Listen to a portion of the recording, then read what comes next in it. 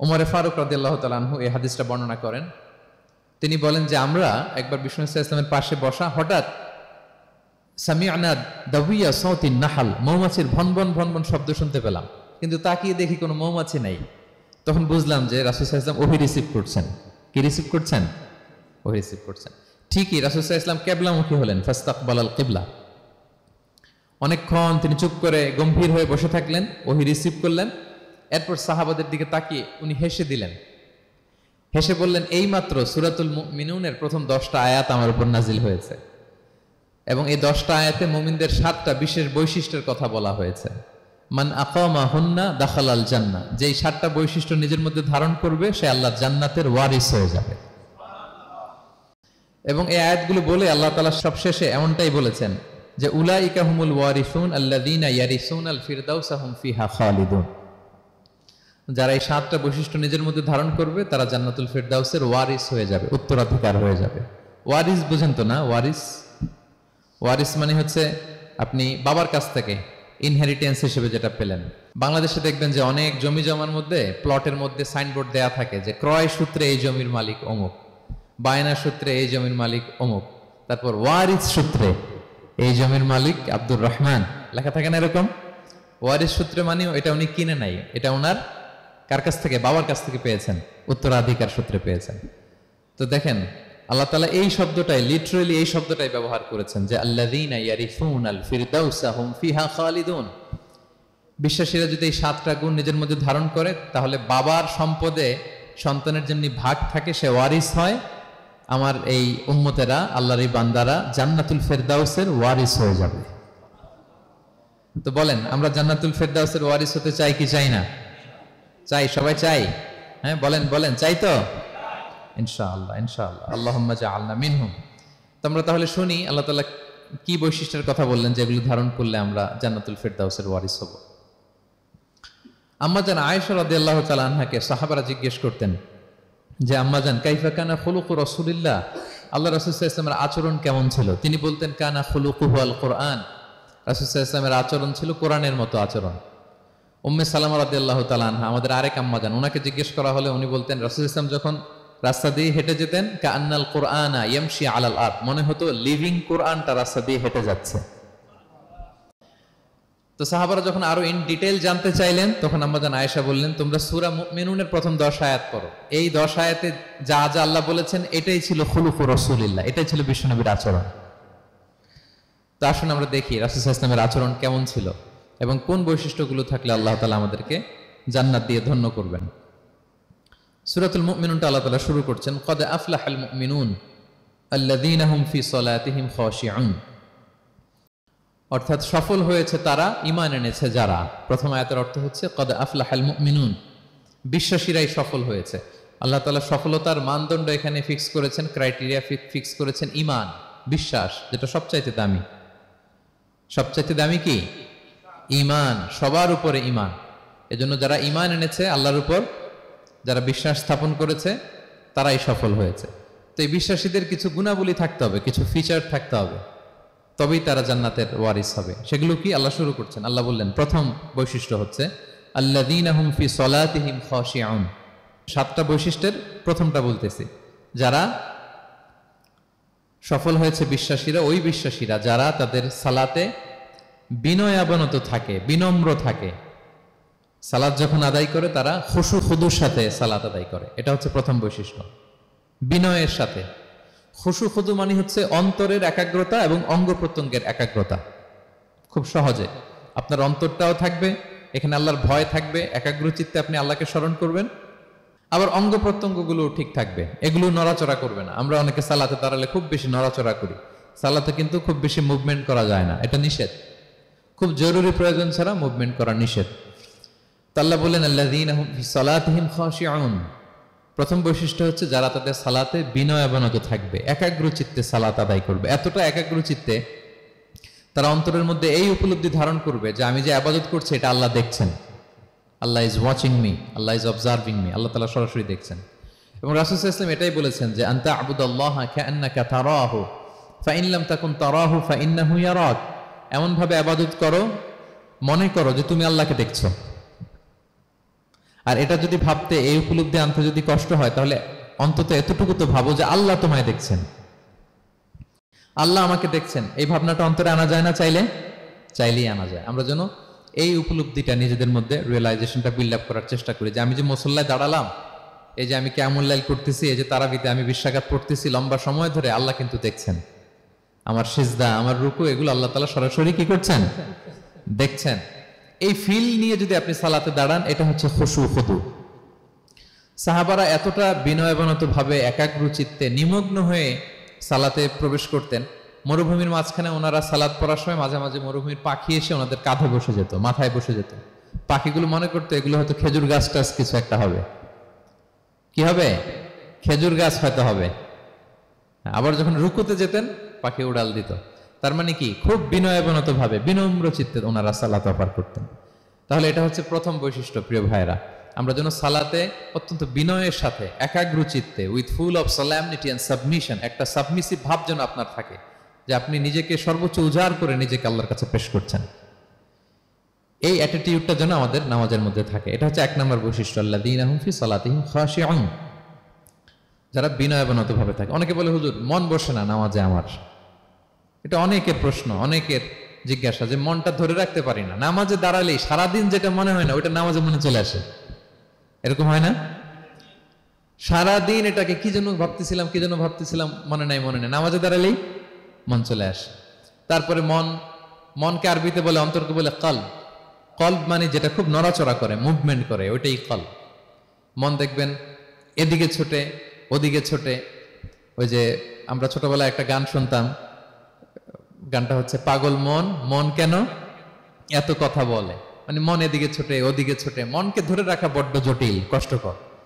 তো এটা স্বাভাবিক। অনেকেই বলে, হুজুর আমার মন থাকে না নামাজে, একাগ্র চিত্তে নামাজ তো আদায় করতে চাই, কিন্তু মনটাকে ধরে রাখা যায় না। তো কিভাবে এই খুশু খুদু, সাবমিসিভনেস আপনি কিভাবে বাড়াবেন, এটাও বিষ্ণু ইসলাম আমাদেরকে ইনস্ট্রাক্ট করেছেন, গাইড করেছেন। কিভাবে এই খুশুটা আসবে, অন্তরের মধ্যে একাগ্রতা আসবে। 1 নম্বর পদ্ধতি হচ্ছে খুশু খুদু বাড়ানোর। সালাতে যখন আপনি দাঁড়াবেন, বিষ্ণু বলেন সল্লু সলাতান মুআদ্দিয়া।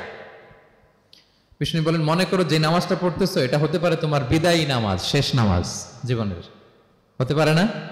ধরেন যে মাগরিবের সালাত যে আমরা আজকে পড়বো, এমন তো হতে পারে এটাই আমাদের জীবনের শেষ নামাজ। কি বলেন? হতে পারে কি না? পারে। আমরা কে কখন চলে যাব আমাদের তো জানা নাই। তো এই যে মুসল্লায় যখন আমরা দাঁড়াই, তখন কেন আমরা এটা ভাবি না যে it could be the last and final prayer in my life? হতে পারে এটাই আমার জীবনের শেষ নামাজ। এটা যদি আপনি ভাবতে পারেন, তখন দেখবেন ঠিকই আপনার একাগ্রতা, সাবমিসিভনেস এটা বাড়তেছে। আপনাকে যদি বলা হয় যে আজকে রাত 10টায় তোমার দুনিয়ার সফর শেষ, নতুন স্টেশনে যেতে হবে, আলামুল বারজাকে, তোমার শেষ, তোমার মৃত্যু হয়ে যাবে। আজকে যে মাগরিব আর এই যে এশা আর যে তারাবির সালাত, এটাই তোমার লাস্ট নামাজ, যাও এটাই তোমার লাস্ট চান্স। এটা যদি আজকে আমরা জানি, এই হলরুমে যারা আছি, যদি এটা জেনে যায় যে আজকের তারাবিটাই শেষ তারাবি, শেষ সুযোগ, বলেন তো আমাদের অবস্থা কি হবে? প্রতিদিন ধরেন যে মাগরিবের নামাজের পরে একটু নিউজ দেখেন, একটু ফেসবুকে ঢুকেন, আজকেও তো ঢুকবেন, তাই না? ঢুকবেন। কি করবেন আজকে? আল্লাহ, সব বাদ দিয়ে অজু করে আতর মেখে জায়নামাজটা ভিজিয়ে দীর্ঘ কিয়ামুল লাইল করবেন। সিজদায় পড়ে চোখের পানি দিয়ে জায়নামাজ ভিজিয়ে দেবো আমরা, ঠিক কিনা? কারণ আমি নিশ্চিত হতে পেরেছি এটাই আমার শেষ নামাজ। তো এটা তো প্রত্যেক সালাতের ক্ষেত্রেই আমাদের প্রযোজ্য। আসলে আমরা যে নামাজ পড়ি, যে কোনো নামাজই তো আমার শেষ চান্স হতে পারে। কি বলেন? হতে পারে কি পারে না? বলেন তো। পারে। এই টেকনিকটাই রাসূল সাল্লাল্লাহু আলাইহি ওয়াসাল্লাম শিখিয়েছেন, বলেছেন সল্লু সালাতান মুআদ্দিয়া। মনে করো এটাই হতে পারে তোমার জীবনের শেষ নামাজ। আমাদের ইউনিভার্সিটিতে ইমাম বেসার, যিনি চিফ ইমাম, উনি নামাজের আগে একটা চমৎকার অ্যানাউন্সমেন্ট দেয়। উনি বলে যে লেটস পারফর্ম দিস সালাহ as if this is our last and final prayer. চলুন এমন ভাবে নামাজটা পড়ি, ভাবি যে হতে পারে এটাই আমার জীবনের শেষ নামাজ। তাহলে সম্মানিত, শুধু এই ভাবনাটা নিয়ে যদি আমরা মুসল্লায় দাঁড়াই, দেখবেন যে ওই দিন আপনার মনে দিক সেদিক যাবে না, একটা ভয় কাজ করবে যে হায়রে, হতে পারে এটাই আমার লাস্ট চান্স, আর আমার রবকে সিজদা দেওয়ার সুযোগ হয়তো আমি আর পাবো না। তাহলে এখন থেকে আমরা সালাতে যখন দাঁড়াবো এটা ভাববো যে this could be my last chance in my life. হতে পারে এটাই শেষ চান্স, আমি একাগ্র চিত্তে আমার সালাতটাকে আল্লাহর কাছে উপস্থাপন করি। কি বলেন, পারা যাবে তো ইনশাআল্লাহ? খুশু খুদু বাড়ানোর 1 নম্বর টিপস। খুশু খুদু বাড়ানোর 2 নম্বর টিপস হচ্ছে তাড়াহুড়ো না করা। আমরা অনেকে তাড়াহুড়ো করি, রুকু থেকে হুট করে দাঁড়িয়ে যাই, তারপরে সোজা হয়ে দাঁড়িয়ে না থেকে তাড়াতাড়ি সেজদায় চলে যাই, দুই সেজদার মাঝখানে ধীরস্থির ভাবে বসার কথা, আমরা না বসেই দ্বিতীয় সেজদায় চলে যাই। এই প্রবণতা আমাদের অনেকের আছে না? এটা কিন্তু নিষেধ। তা'দিলুল আরকান, বাকি সব মাযহাবে এটা ফরজ। আপনি তাড়াহুড়ো করলে আপনার নামাজই হবে না। আর আমাদের মাযহাবে, হানাফি মাযহাবে এটা ওয়াজিব। ওয়াজিব তরক করলে সাউ সিজদা দিতে হয়। দুই সেজদার মাঝখানে আপনি সুস্থির হয়ে বসবেন। অনেকে দেখা যায় একটা সেজদা দিয়ে মাথা কোনো রকম উঠিয়েই আরেক সেজদায় বসেও নাই ঠিক মতো আরামসে, এরকম আছে না? এটা যদি কেউ করে আমাদের মাযহাব অনুযায়ী তার সাউ সিজদা দিতে হবে। তাহলে এরকম তাড়াহুড়ো করা যাবে? আর এখন থেকে তো কি করবেন বলেন? ধীরস্থির ভাবে নামাজ পড়বো। No rushing, no rushing in salah, no hastiness in salah. নামাজে রাশ করা যাবে না, রিল্যাক্সের সাথে আমরা নামাজ পড়বো, ধীরস্থির ভাবে নামাজ পড়বো। রুকু সিজদাগুলো খুব চমৎকার ভাবে আদায় করব। রাসূল সাল্লাল্লাহু আলাইহি ওয়াসাল্লামের রুকু যে দিতেন, ওনার পিঠটা এত স্ট্রেট ফরওয়ার্ড হতো, সাহাবারা বলতেন লাউ ইস্তাকাররা আলাইহিল মা লাসাব্বা আলাইহিল মা আলাস্তাকাররা। পানি ভর্তি এক গ্লাস পানি যদি রাসূল সাল্লাল্লাহু আলাইহি ওয়াসাল্লামের রুকু দেওয়া পিঠের উপর রেখে দেওয়া হয়, পানিটাও পড়বে না, গ্লাসটাও ভাঙবে না। তার মানে এত স্ট্রেট ফরওয়ার্ড পিঠ ছিল। আবার রাসূল সাল্লাল্লাহু আলাইহি ওয়াসাল্লাম বলতেন আসওয়াউন নাসি সারিকাতান মান ইয়াসরিকু ফিস সালাহ। তিনি বললেন সবচাইতে বড় চোর যে নামাজে চুরি করে। সাহাবারা বললেন ওয়া কাইফা ইয়াসরিকু মিন সালাতিহি ইয়া রাসূলুল্লাহ, নামাজে আবার কিভাবে চুরি করে? রাসূল সাল্লাল্লাহু আলাইহি ওয়াসাল্লাম বললেন লা ইউতিম্মু রুকুআহা ওয়া সুজুদাহা, রুকু সেজদাগুলো সুন্দর করে আদায় করে না, সেই নামাজ চোর। তা আমরা যেন রুকু সেজদাগুলোকে খুব সুন্দরভাবে ধীরস্থির ভাবে যেন আমরা আদায় করি, আমরা যেন তাড়াহুড়ো না করি। রাসূল সাল্লাল্লাহু আলাইহি ওয়াসাল্লাম একবার মসজিদে নববীতে বসা, এক সাহাবী এসে নামাজ পড়ে রাসূল সাল্লাল্লাহু আলাইহি ওয়াসাল্লামকে সালাম দিলেন। রাসূল সাল্লাল্লাহু আলাইহি ওয়াসাল্লামের সালামের উত্তর দিয়ে বলেন ইরজিআ ফাসাল্লি ফাইন্নাকা লাম তুসাল্লি, যাও তুমি আবার নামাজটা পড়ে আসো, তোমার নামাজ হয়নি। সাহাবী যে আবার নামাজ পড়ে আবার আসলেন, রাসূল সাল্লাল্লাহু আলাইহি ওয়াসাল্লাম আবার বললেন সাল্লি ফাইন্নাকা লাম তুসাল্লি, নামাজ পড়ে আসো, হয় নাই।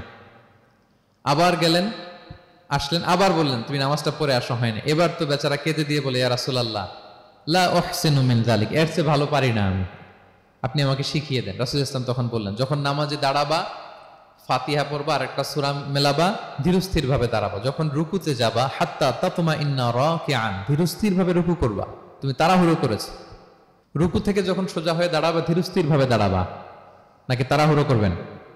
ধীরস্থির ভাবে দাঁড়াবেন, কয়েক সেকেন্ড দাঁড়াবেন, তাসবিহ পড়বেন, এরপরে সিজদায় যাবেন। যখন সিজদায় যাবা হাত্তা তাতমাইন্না সাজিদান, রিল্যাক্স। সালাতের মধ্যে কিভাবে থাকতে হবে?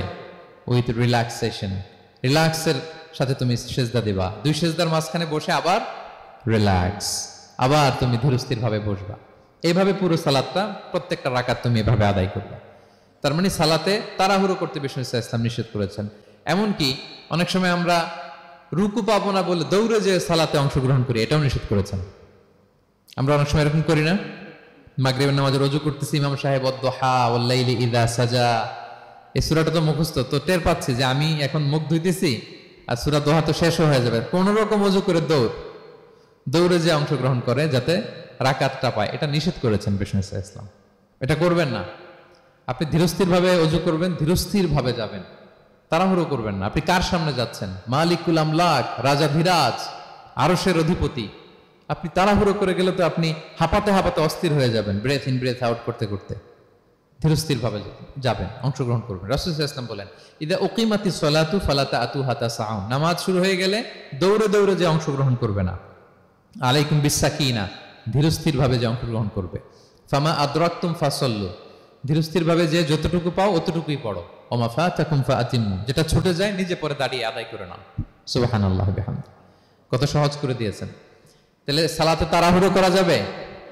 প্রিয় ভাইরা বলেন তো, তাড়াহুড়ো করা যাবে? আর আজকে থেকে না, আমরা তাড়াহুড়ো করবো না, আমরা ধীরস্থির ভাবে যে সালাতে অংশগ্রহণ করবো, তাহলে আপনার খুশু খুদু বাড়বে। দুইটা টিপস গেল। 3 নাম্বার হচ্ছে জামাতে সালাত আদায় করতে হবে, তাহলে আপনার একাগ্রতা বাড়বে। সলাতুল জামাআতি তাফদুলু সলাতাল ফাযি বি27 দারাজা, একাকী নামাজ পড়লে যে সওয়াব, জামাতে পড়লে 27 গুণ বেশি সওয়াব। জামাতে পড়বেন।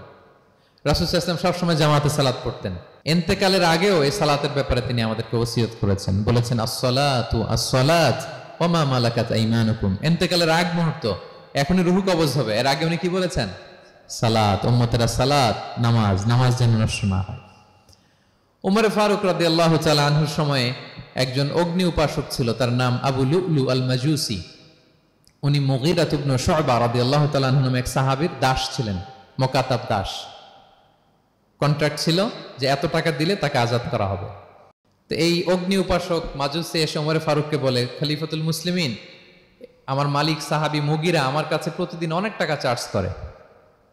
উনি বললেন, তাই নাকি? কত চার্জ করে? বলে যে এত চার্জ করে। তো বলতেছে, আচ্ছা তুমি তাহলে কি কাজ করো, কি কাজ জানো? বলে যে আমি খঞ্জর বানাতে জানি, ছুরি, ছোট ছুরি আর কি। বলতেছে, ওরে আল্লাহ, যারা খঞ্জর বানাতে জানে তারা তো অনেক টাকা মেক করে, সেই হিসাবে তো মুগীরা বেশি চার্জ করে না, অল্পই চার্জ করছে। সে ইনসাফপূর্ণ চার্জই করেছে। কিন্তু এই আবু লুলু আল মাজুসির এই কথাটা পছন্দ হয় না, সে রাগান্বিত হয়ে গেল, হয়ে বলে, ওমর, সবার ক্ষেত্রে তুমি নরম আর আমাকে তুমি কঠিন নিয়ম শেখাও না, দাঁড়াও তোমাকে আমি দেখাচ্ছি। মনে মনে বলতেছে এটা। রেগে মেগে সে বাড়িতে এসে আজকে একটা খঞ্জর বানাইছে, দুই মুখ খঞ্জর, ওয়া মাকবাদাতুহু ফি ওয়াসাতি, এটার হ্যান্ডেলটা মিডলে, এদিকেও মাথা ওদিকেও মাথা, এটা ধার করে প্রতিদিন 20 মাখায় এটাতে। আর মনে মনে বলে, ওমর দাঁড়াও তোমাকে আজকে আমি দেখাবো। তো ওমরে ফারুককে আল্লাহ তাআলা স্বপ্নে দেখিয়েছেন যে একটা লাল মোরগ ওনাকে 3টা ঠোকর মেরেছে। উনি সাহাবাদের কাছে বলেছেন যে আমি স্বপ্নে দেখেছি একটা লাল মোরগ আমাকে 3টা ঠোকর মেরেছে। তো সে খঞ্জরকে ধার দিয়ে একদিন ফজরের নামাজে, ওয়াকানু ইউসাল্লুনা বিগালাস, ওনারা খুব অন্ধকার থাকতে ফজরের নামাজ পড়তো। সে বুরনুস, এক ধরনের জুব্বা যেটার মাথা আছে, ওটা পরে হুডির মতো আর কি, হুডি চেনেন তো না, হুডির মতো একটা জুব্বা পরে সে অন্ধকারে, সে তো আসলে অমুসলিম, সাহাবাদের সাথে পিছনে দাঁড়াইছে নামাজের ভান করার জন্য, আর এই খঞ্জরটা নিয়ে গেছে সাথে। ওমরে ফারুক ফজরের সালাত শুরু করলেন, প্রথম রাকাত শেষ করলেন, দ্বিতীয় রাকাতের জন্য যখন দাঁড়াইছেন তখনই সে প্ল্যান মাফিক খঞ্জর বের করে ওমরে ফারুকের পেটের মধ্যে 3বার স্টেবিং করলেন, আঘাত করলেন। করার সাথে সাথে ওমরে ফারুক উল্টে পড়ে গেলেন আর বললেন, কাতালানি আল কালব, কোনো এক কুকুর আমাকে আঘাত করেছে। তো সাহাবার ওমরে ফারুককে ধরলেন, আর এই অগ্নি উপাসক এই খঞ্জর নিয়ে কাতারের মাঝখান দিয়ে 2 দিকে খঞ্জর চালাতে চালাতে যাচ্ছিলেন। যে সাহাবাই ধরে সেই আঘাতপ্রাপ্ত হয়ে ওখানে 7 থেকে 10 জন স্পট ডেথ, জায়গায় মারা গেছে। পরে এক সাহাবী নিজের জামা খুলে তার গায়ে ছুঁড়ে মারছে, তখন সে ওইটাতে পেঁচিয়ে পড়ে গেছে। যখন বুঝে গেছে যে আমাকে ধরে ফেলবে, সে সুইসাইড করে ফেলছে, নিজেকে নিজে মেরে ফেলছে। তো ওমরে ফারুক তো বেহুশ, ওনাকে নিয়ে যাওয়া হলো, পিছন থেকে একজন নামাজের ইমামতি করলেন। তো ওমরে ফারুক রাদিয়াল্লাহু তাআলা আনহু হুশ ফিরে পেলেন। হুশ ফিরে পাওয়ার পরে দিনের বেলা যখন হুশ আসলো ওনার, সবাই চারদিকে বসা, যে হায় হায় আমাদের আমিরুল মুমিনিনের কি জানি কি হয়। হুশ ফিরার পরে ওনার মুখের প্রথম কথাটা ছিল, আসাল্লান নাস, মানে আমার নেতৃত্বে যে ফজরের সালাতটা শুরু হয়েছিল এটা কি ঠিকঠাক শেষ হয়েছিল? সুবহানাল্লাহ পড়বেন না? আচ্ছা বলেন তো, এই মুহূর্তে আমরা কি করতাম? ওনাকে যে স্টেবিং করছে, চিকিৎসক এসে দুধ দেয়, দুধ পেট দিয়ে বেরিয়ে যায়, নাবিজ দেয়, নাবিজ বের হয়ে যায়, মানে উনি ইন্তেকাল করবেন, এটা বোঝাই যাচ্ছে। এমন কঠিন পরিস্থিতিতে আমরা যদি হসপিটালে হুশ ফিরে পেতাম, আমরা কি বলতাম বলেন দেখি? কে কি বলতেন? কে মারছে? আমারে বাঁচানো যায় কিনা? মাউন্ট এলিজাবেথে নিয়ে চলো, সিঙ্গাপুরে অথবা বামরুন গ্রেডে নিয়ে চলো, আমেরিকাতে নিয়ে চলো, অথবা আমার তো ওখানে ব্যাংক ব্যালেন্স আছে, আমি তো মরে যাবো, আমার ছেলেগুলার কি হবে, হ্যাঁ, আমার মেয়েগুলার কে দেখবে? এগুলো ছিল আমাদের কনসার্ন। তো ওমর ফারুক জানতেছেন যে উনি পৃথিবী থেকে বিদায় নিচ্ছেন, একটু হুশ ফিরে পাইছেন। হুশ ফিরে পাওয়ার পরে প্রথম কথাটা ছিল, আসাল্লান নাস, লোকেরা কি নামাজ পড়েছিল? আল্লাহু আকবার। তাহলে এটা কত গুরুত্বপূর্ণ ইবাদত, কিভাবে এই সালাতকে সাহাবারা অফার করতেন। তো খুশু খুদুর সাথে যদি আমরা সালাত অফার করতে চাই, আমাদেরকে জামাতে পড়তে হবে। একাকি পড়লে দেখবেন মনে দিকে যায়, ওদিকে যায়, কয় রাকাত পড়ছি ভুলে যাই, এরকম হয় না? একাকি পড়তে গেলে এটা করা যাবে না, জামাতে পড়তে হবে। সালাতে কি কি বলতেছেন এগুলোর অর্থ বুঝে যদি সালাত অফার করেন, তাইলে আপনার সালাতে মনোযোগ থাকবে। সুবহান রাব্বিয়াল আলা, সুবহান রাব্বিয়াল আযীম, এর অর্থ কি? সূরা ফাতিহা যে প্রতিদিন পড়ি, কি সুন্দর প্রার্থনা সূচক বাক্য, এর অর্থ কি? আল্লাহ সকল প্রশংসা তোমার, আল্লাহ তুমি দয়াময় মেহেরবান, আল্লাহ তুমি বিচার দিবসের মালিক, যেদিন তোমার আরশের ছায়া ছাড়া কোনো ছায়া থাকবে না। নবীদের যে পথে চালিয়েছে ওই পথে আমাদেরকে চালাও, যারা ভ্রান্ত হয়েছে, যারা তোমার ক্রোধের শিকার হয়েছে ওই পথে আমাদেরকে চালিও না। কি চমৎকার চমৎকার কথামালা দিয়ে আমরা এই দোয়াগুলো পড়ি। আমরা অর্থ বুঝি না বলে আমাদের হৃদয়েও টাচ করে না, ঠিক কিনা?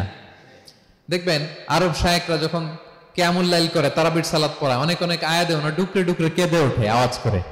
কারণ কি? জাহান্নামের আয়াত, আযাবের আয়াত, পূর্ববর্তী উম্মত যে ধ্বংস হয়েছে, কিভাবে ওদেরকে বিকট আওয়াজ দিয়ে, সাউন্ড গ্রেনেড দিয়ে ধ্বংস করা হয়েছে, বন্যা দিয়ে ধ্বংস করা হয়েছে, কিভাবে এদেরকে বাতাস দিয়ে নাস্তানাবুদ করে দেয়া হয়েছে, এগুলো যখন পড়ে ওনারা কাঁদে। আযাবের আয়াত আসলে কাঁদে, জান্নাতের আয়াত আসলে সাবলীল কণ্ঠে তেলাওয়াত চালিয়ে যায়। এর কারণ কি বলেন? অর্থ বুঝে। আমরা যেন সালাতে অর্থ বুঝে সালাত অফার করার চেষ্টা করি, পাশাপাশি সালাতের সুন্নাহগুলো যেন আমরা পড়ি। সালাতের যে সুন্নাহ আছে, সুনানুস সালাহ, এগুলো যেন আমরা পড়ি, মনোযোগ আরো বাড়বে। সানাগুলো পড়বেন, ফাতিহা শেষে আওয়াজ করে আমিন বলবেন, অথবা ফিসফিসি কণ্ঠে আমিন বলবেন। বিষ্ণু ইসলাম বলেন, ইদা আম্মানাল ইমামু ফাআমিনু, ইমাম আমিন বললে তোমরাও আমিন বলো, কারণ এই মাত্র একটা দোয়া করা হয়েছে। সূরা ফাতিহাটা কি? একটা দোয়া। ইদা ওয়াফাকা তামিনুকুম তামিনাল মালাইকাতি গুফিরা লাহু মা তাকাদ্দামা মিন যামবিহি ওয়া মা তাআখার। রাসূল সাল্লাল্লাহু আলাইহি ওয়াসাল্লাম বলেছেন, ইমাম যখন আমিন বলে তোমরাও তখন আমিন বলো, কারণ তোমরা যখন আমিন বলো ফেরেশতারাও আমিন বলে। আর তোমাদের আমিন আর ফেরেশতাদের আমিন যখন একসাথে হয়ে যায়, তোমাদের পূর্বের সব গুনাহ আল্লাহ মাফ করে দেয়। এটা আমিন বলা সুন্নাহ, বলবেন। নামাজ বাঁধার পরে সুন্নাত নামাজে, নফল নামাজে সানাগুলো পড়বেন, কত চমৎকার অর্থবোধক সানা আছে। আমরা তো শুধু সুবহানাকাল্লাহুম্মা বিহামদিকা ওয়া তাবারাকা ইসমুকা ওয়া তাআলা জাদ্দুকা শুধু এটাই পড়ি। রাসূল সাল্লাল্লাহু আলাইহি ওয়াসাল্লাম তাকবীরে তাহরিমে বাঁধার পরে অনেক চমৎকার চমৎকার দোয়া পড়তেন। ইন্না সলাতি ওয়া নুসুকি ওয়া মাহইয়ায়া ওয়া মামাতি লিল্লাহি রাব্বিল আলামিন। আমার সালাত, আমার ইবাদত, আমার জীবন মরণ সবটাই কার জন্য? এই দোয়াটা পড়তেন শুরুতেই। তারপর পড়তেন ওয়াজ্জাহতু ওয়াজহিয়া লিল্লাযী ফাতারাস সামাওয়াতি ওয়াল আরদা হানিফা ওয়া মা আনা মিনাল মুশরিকিন। আমার সবকিছুকে আমি এক সত্তার দিকে ফেরালাম, একনিষ্ঠ হয়ে, আর আমি মুশরিক নই, আমি আল্লাহর দিকে একনিষ্ঠ হলাম। এই দোয়াগুলো পড়তেন। আল্লাহুম্মা বাঈদ বাইনি ওয়া বাইনা খাতায়ায়া কামা বাআদতা বাইনাল মাশরিকি ওয়াল মাগরিব। আল্লাহুম্মা নাক্কিনি মিন খাতায়ায়া কামা ইউনাক্কা আস-সাওবুল আবয়াদু মিনাদ দানাস। আল্লাহুম্মা ইগসিল খাতায়ায়া বিল মাই ওয়াস সালজি ওয়াল বারাদ। এগুলো সানা, এগুলো যে সানা আমরা জানিই না। সানা মানে হচ্ছে প্রশংসা সূচক কথা। আমরা শুধু সুবহানাকাল্লাহুম্মা বিহামদিকা এতটুকুই পড়ি। রাসূল সাল্লাল্লাহু আলাইহি ওয়াসাল্লাম বলতেন, আল্লাহ আমার আর আমার গুনার মাঝে এতটুকু দূরত্ব করে দাও, পূর্ব থেকে পশ্চিম যত দূর, আমার আর আমার গুনার বোঝার মাঝে এতটুকু দূরত্ব তুমি করে দাও। সাদা কাপড় যেমনি ধুয়ে ফকফকা করা হয়, আল্লাহ আমাকে তুমি গুনামুক্ত করে এরকম ফকফকা সাদা বানিয়ে দাও, শুভ্র বানিয়ে দাও। আল্লাহ আমাকে তুমি বরফ দিয়ে, ঠান্ডা পানি দিয়ে, তুষারপাত দিয়ে ধুয়ে আমার গুনাহগুলো তুমি পরিষ্কার করে আমাকে তুমি নিষ্পাপ করে দাও। এগুলো বলে এরপরে আলহামদুলিল্লাহ রাব্বিল আলামিন সূরা ফাতিহা শুরু করতেন। সালাম ফিরানোর আগে বিষ্ণু সাল্লাল্লাহু আলাইহি ওয়াসাল্লাম দোয়া মাসুর পড়তেন। কত চমৎকার মাসুর দোয়া আছে। আবার বিষ্ণু বলতেন, লা ইউসাল্লিমান্না আহাদুকুম হাত্তা ইয়াতাআওয়াযা আন আরবা মিন আযাবিল কবর, মিন আযাবি জাহান্নাম, মিন ফিতনাতিল মাহইয়া ওয়াল মামাত ওয়া মিন ফিতনাতিল মাসিহিদ দাজ্জাল। আমার কোন উম্মত যেন সালাম ফিরানোর আগে এই চারটা জিনিস থেকে পানাহ চাওয়া ছাড়া যেন সালাম না ফিরায়। একটা কি? আল্লাহ তুমি জাহান্নামের আযাব থেকে বাঁচাও, আল্লাহ তুমি কবরের আযাব থেকে বাঁচাও, আল্লাহ জীবন মরণের ফিতনা থেকে বাঁচাও, আল্লাহ তুমি দাজ্জালের ফিতনা থেকে বাঁচাও। পড়ে না আমিন?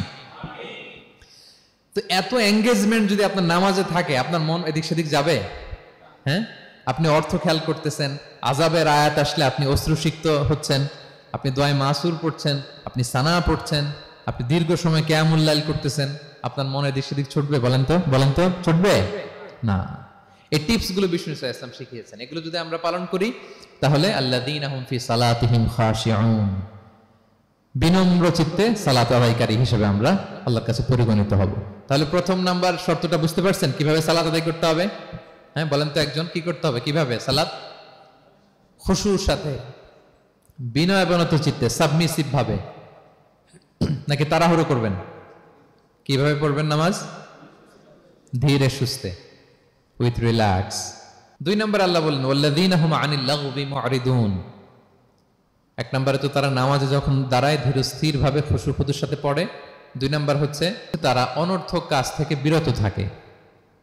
অনর্থক কথা, কাজ এগুলো মুমিনরা বলে না, এগুলো তো জড়ায় না।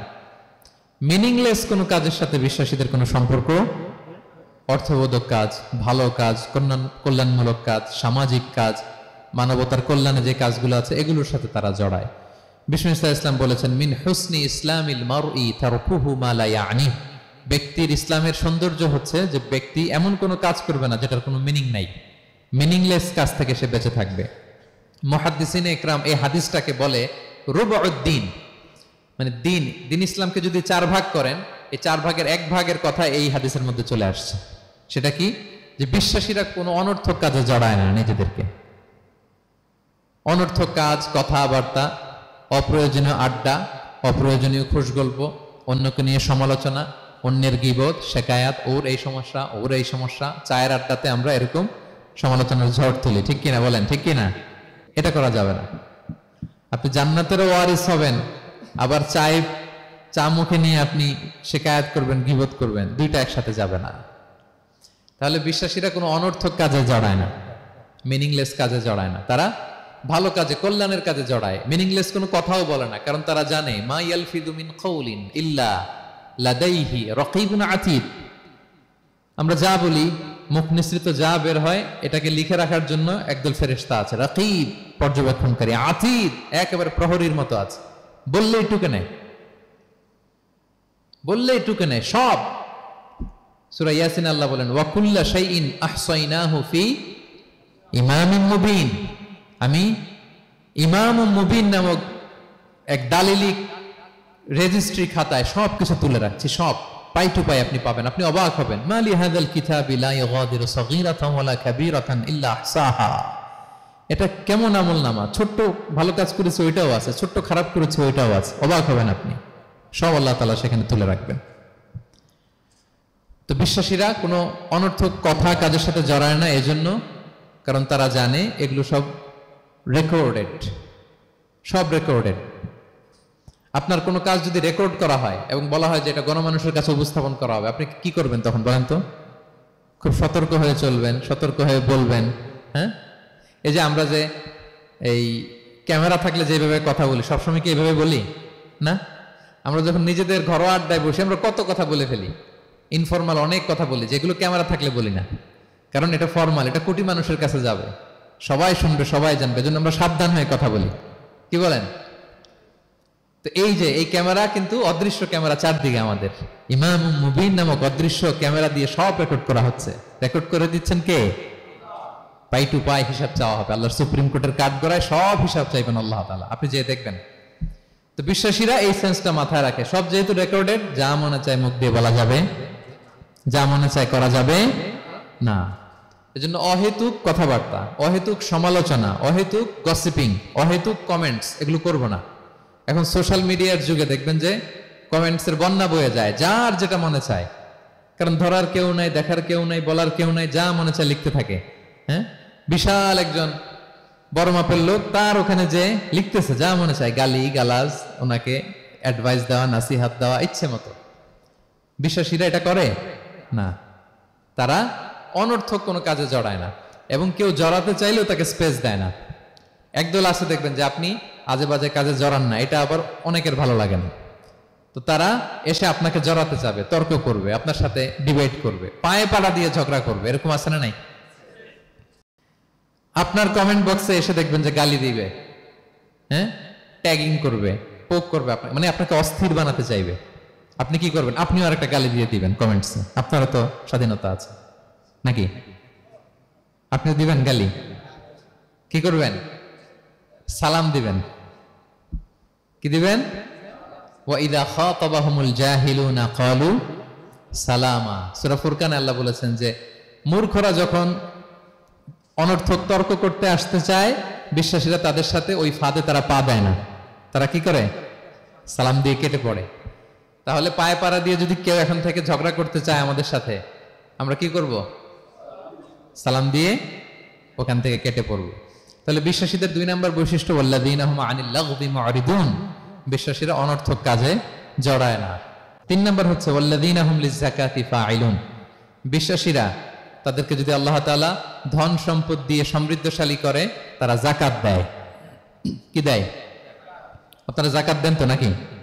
দেখে তো মনে হচ্ছে সবাই ব্যবসায়ী, হ্যাঁ, চেহারা দেখে মনে হচ্ছে মাশাআল্লাহ অনেক সম্পদের মালিক। যাকাত দিতে হবে।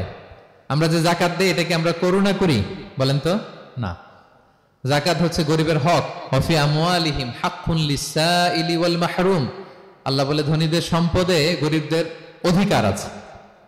তা আপনি যখন কারো অধিকার দিলেন, আপনি কি তার প্রতি করুণা করলেন? হ্যাঁ, অধিকার কি করুণা বলেন তো? না, আপনার সম্পদে গরিবের অধিকার, আপনি করুণা করেন নাই, বরং আপনার থেকে যাকাত নিয়ে ওই গরিব আপনাকে করুণা করে গেছে।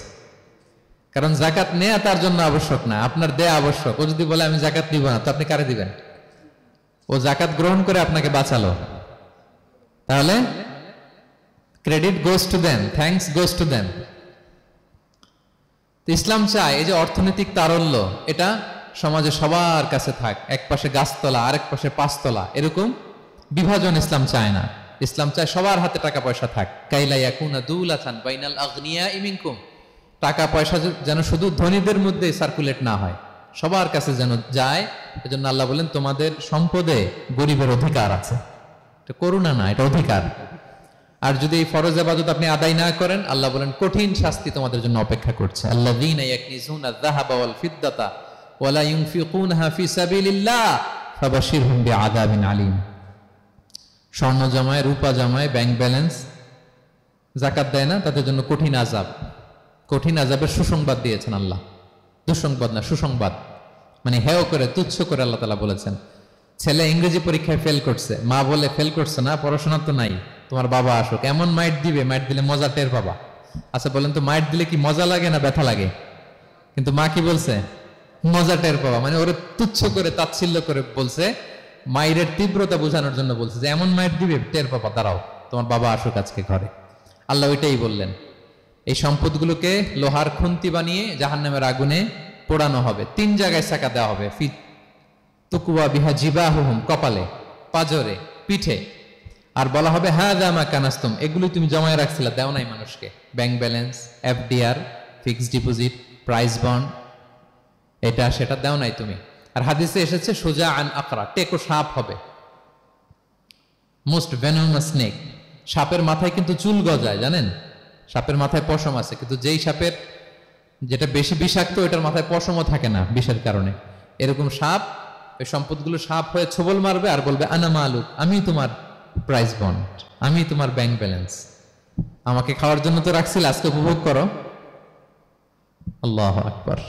আল্লাহ আমাদেরকে হেফাজত করুক। সো যাদের সম্পদ আছে আমরা যেন জাকাত দেই, হিসেব করে করে যেন দেই। আপনাদের স্ত্রীদের যাদের অর্নামেন্টস, জুয়েলারি আছে, তারা যেন তাদের সম্পদের জাকাত দেয়। 25 গ্রাম যদি সোনা থাকে বা 595 গ্রাম যদি রূপা থাকে, অথবা এই পরিমাণ সম্পদ থাকে, ভাবিরাও জাকাত দিতে হবে। এটা ইন্ডিভিজুয়াল ইবাদত। আপনার জাকাত আপনার, ভাবির জাকাত ভাবির। আপনি চাইলে টাকা দিয়ে হেল্প করতে পারেন, কিন্তু ওনারও হিসাব করতে হবে, এবং এটা কম্পালসারি, দিতেই হবে, দিতেই হবে। তাহলে ওয়াল্লাযীনা হুম লিয-যাকাতি ফাঈলুন, 4 নাম্বার হচ্ছে তারা জাকাত দেয়। 5 নাম্বার, 6 নাম্বার আল্লাহ এক আয়াতে বলে ফেলেছেন, ওয়াল্লাযীনা হুম লিআমানাতিহিম ওয়া আহদিহিম রাউন। বিশ্বাসীরা আমানতের হেফাজত করে আর কথা দিলে কথা রাখে। 5 নাম্বার হচ্ছে আমানতের খেয়ানত করে না বিশ্বাসীরা, কারণ আমানতের খেয়ানত করে এটা মুনাফিকের আলামত। ইযা তুমিনা খানা, বিষ্ণু বললেন মুনাফিকদের বৈশিষ্ট্য হচ্ছে ওদের কাছে আমানত রাখলে ওটা আর পাওয়া যায় না পরে। এমন লোক আছে না সমাজে, আমানত রাখলে আর পাওয়া যায় না। তারা কি মুমিন না মুনাফিক বলেন তো? ইন্নাল্লাহা ইয়া'মুরুকুম আন তুআদ্দুল আমানাতি ইলা আহলিহা, আল্লাহ বলেছেন যার আমানত তাকে বুঝিয়ে দাও। বিষ্ণু ঈসা ইসলামকে মক্কার লোকেরা 2টা উপাধি দিয়েছিল, এক হচ্ছে আস-সাদিক, 2 হচ্ছে আল আমিন। সাদিক মানে সত্যবাদী। কারা দিয়েছিল? ঘোর শত্রুরা, অপোজিশন পার্টি, তারা উপাধি দিয়েছে। একটা হচ্ছে সাদিক মানে কি, আরেকটা হচ্ছে আল আমিন, বিশ্বস্ত। এতটা বিশ্বস্ত যে বিষ্ণু ঈসা ইসলাম মক্কা থেকে মদিনায় যেদিন হিজরত করতে যাবেন, আমানতের জিনিসগুলো উনি আলী রাদিয়াল্লাহু তাআলা আনহুর কাছে রেখে গিয়েছিলেন। এত এত আমানতের সম্পদ ওনার ঘরে ছিল। এই ডিপোজিট বুঝিয়ে দিতে আলী রাদিয়াল্লাহু তাআলা আনহুর টানা 3 দিন সময় লেগেছে, মক্কাবাসীদের আমানত বুঝিয়ে দিতে। সো যার আমানতদারিতা নাই তার ঈমান নাই। বিষ্ণু বলেছেন লা ঈমানা লিমান লা আমানাতা লা, যার আমানতদারিতা নাই ওর ঈমানই নাই। এবং আমানত ধ্বংস হয় এটা কিয়ামতের আলামত। ইযা দুইয়াতিল আমানাতু ফান্তাযিরিস সাআ, যখন আমানত নষ্ট হবে তোমরা কিয়ামতের অপেক্ষা করো। এখন বলেন তো আমাদের সমাজে আমানতের কি অবস্থা? খুবই খারাপ। আল্লাহু আকবার। আমানতটা কিন্তু এই যে এই ভাই আমাকে 2000 রিঙ্গিট রেখে বলছে আগামী মাসে এটা আমি নিব, একটু রাখেন, শুধু এইটাই আমানত না। আল্লাহ আপনাকে যে পুরো সম্পদ দিয়েছেন এটা আমানত। আপনার ব্যবসা প্রতিষ্ঠান এটা আল্লাহর দেয়া আপনার কাছে আমানত। আপনার ছেলে আছে, মেয়ে আছে, স্ত্রী, তারা আল্লাহর দেয়া আমানত আপনার কাছে। আপনার নেম, আপনার ফেম, আপনার পাওয়ার, আপনার নলেজ, এগুলো আল্লাহর দেয়া আমানত। আপনি দেশের প্রধানমন্ত্রী, পুরো দেশটা আপনার কাছে আমানত, ঠিক কিনা? এই আমানতের ব্যাপারে জিজ্ঞেস করা হবে। বিশ্বাসীদের বৈশিষ্ট্য, তারা আমানতকে হেফাজত করে, আমানত রক্ষা করে, আমানতের খেয়ানত তারা কোশ্চিনকালেও করে না। 6 নম্বর হচ্ছে ওয়া আহদিহিম রাউন, বিশ্বাসীরা কথা দিলে কথা রাখে, তারা ওয়াদার খেলাফ করে না। ওয়াদার খেলাফ করাও কিন্তু মুনাফিকের আলামত। ওয়া ইদা ওয়াদা আখলাফা, ওয়াদা দিলে মুনাফিকরা এটা খেয়ানত করে, তারা কথা দিয়ে কথা রাখে না। এবং আপনি কাউকে কথা দিয়ে যদি না রাখেন, এরকম প্রত্যেকটা প্রমিস, কমিটমেন্টের ব্যাপারে আপনি জিজ্ঞাসিত হবেন। আল্লাহ বলেন ওয়া আউফু বিল আহদি ইন্নাল আহদা কানা মাসউলা। কথা দিলে কথা রাখো, ছেলে মেয়েদের কথা দিলে কথা রাখবেন, বন্ধু বান্ধবদেরকে কথা দিলে কথা রাখবেন, স্ত্রীকে কথা দিলে কথা রাখবেন। প্রমিস দিলে এটা রাখতে হবে, কারণ এ ব্যাপারে জিজ্ঞেস করা হবে। নবীদের মধ্যে ইসমাঈল আলাইহিস সালাম ওয়াদা রক্ষার ব্যাপারে খুব বেশি সোচ্চার ছিলেন, সব নবীরাই ছিলেন, উনি বেশি সোচ্চার। এজন্য আল্লাহ বলেন ওয়াজকুর ফিল কিতাবি ইসমাঈল ইন্নাহু কানা সাদিকাল ওয়াদি ওয়া কানা রাসূলান নাবিয়্যা। উনি ছিলেন সাদিকাল ওয়াদ, প্রতিশ্রুতি রাখতেন। এক লোকের সাথে ওনার কথা হলো যে আগামীকাল বিকেলে ওনারা দেখা করবেন।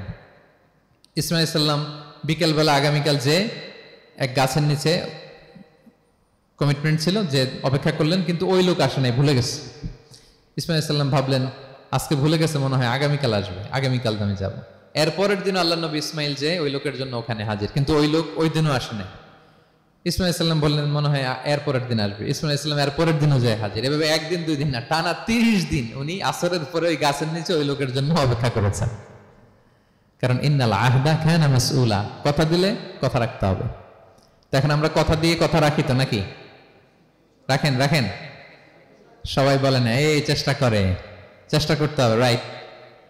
কথা দিলে আমরা যেন কথা রাখি। সব শেষে 7 নম্বর আল্লাহ বললেন ওয়াল্লাযীনা হুম আলা সালাওয়াতিহিম ইউহাফিজুন, বিশ্বাসীরা তাদের সালাত হেফাজত করে। একটু খেয়াল করে দেখেন, 7টা গুণের প্রথমটাও কি নিয়ে? সালাত নিয়ে, আবার শেষটাও। তার মানে কি বোঝা গেল? এটা বেশি গুরুত্বপূর্ণ না কম গুরুত্বপূর্ণ?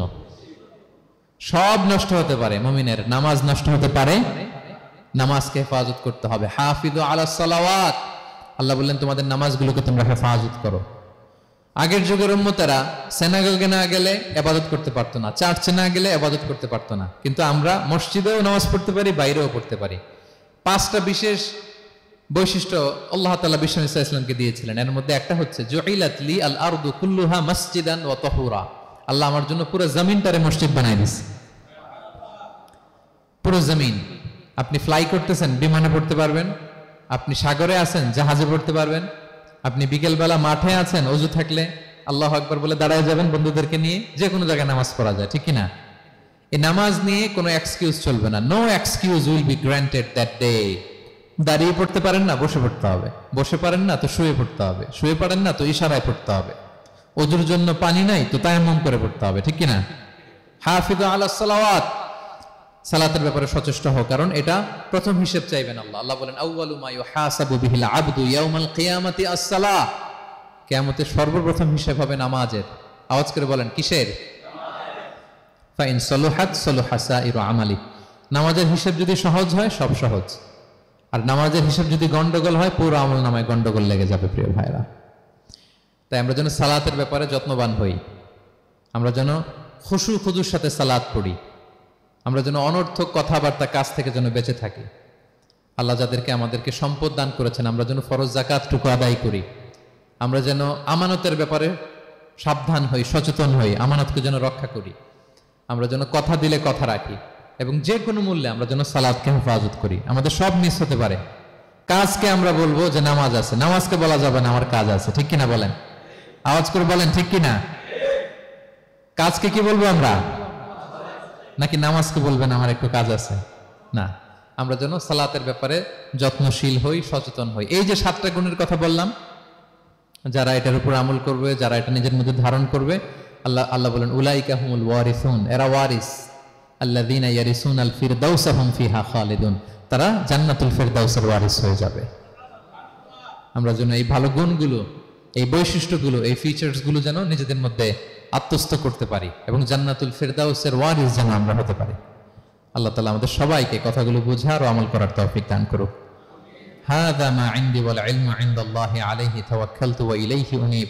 আসসালামু আলাইকুম ওয়া রাহমাতুল্লাহি তাআলা ওয়া বারাকাতুহু।